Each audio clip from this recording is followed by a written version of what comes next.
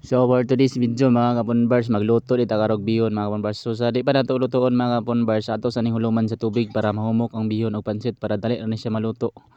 So ako di unahon karon mga kapunbars ang gulay, yan gisawon ako ni sa oil ang gulay mga kapunbars para dili siya malata ba paghalo niya sa kuan bihon og pansit. So ayan, nilunod na ako ang gulay. Ako na siyang gimikos-mikos. Mikos-mikos para maluto na siya. So ayan, takpan ko ng ano para maluto. So ayan, luto na to. Pwede na to ilagay sa ano, sa ayan, ilagay ko na sa blanginita. Ayan, sa plato.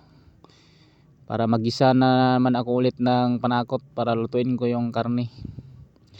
Tama ng mamoy. So ayan, nagisa na akong panakot. Yan, mikos para maluto yung panakot. So ayan. So yan, nilagay nga ko na yung ano, tama karne nga taba. So ayan. So kumukulo na, lagyan ko ng tubig, 3 basong tubig yan nilagay ko.